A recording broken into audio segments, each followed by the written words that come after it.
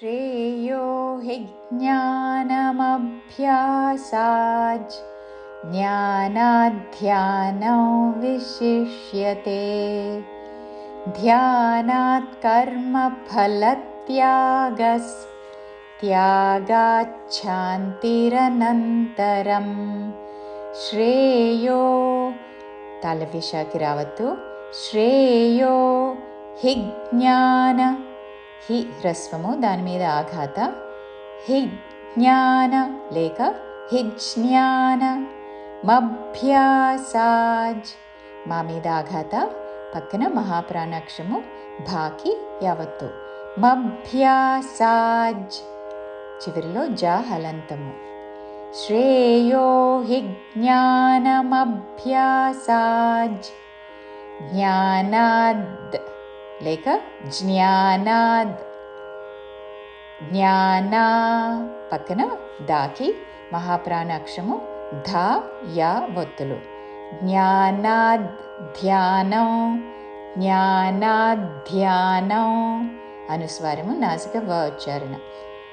విశిష్యతే వి పక్కన తాళవ్యషి దాని తరువాత మూర్ధన్య షాకి యావత్తు.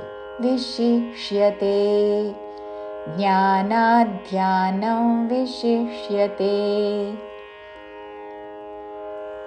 ధ్యానాత్ కర్మఫలత్యాగస్ మహాప్రాణాక్షము ధాకి యావత్తు. ధ్యానాత్ కర్మ ధ్యానాత్ కర్మ ఫలత్యాగస్ ఫలత్యాగస్ అనకూడదు, లా మీద ఆఘాతతో పలకాలి. ఫ మహాప్రాణాక్షము ఫ ఫ అనకూడదు.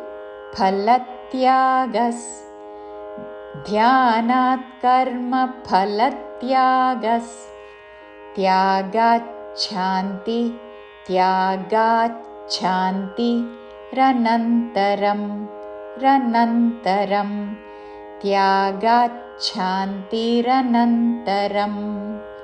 పూర్తి శ్లోకము.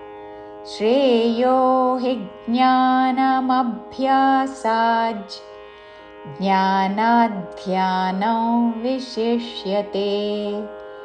జ్ఞానాత్ కర్మఫలత్యాగస్ త్యాగాచ్ఛాంతిరనంతరం.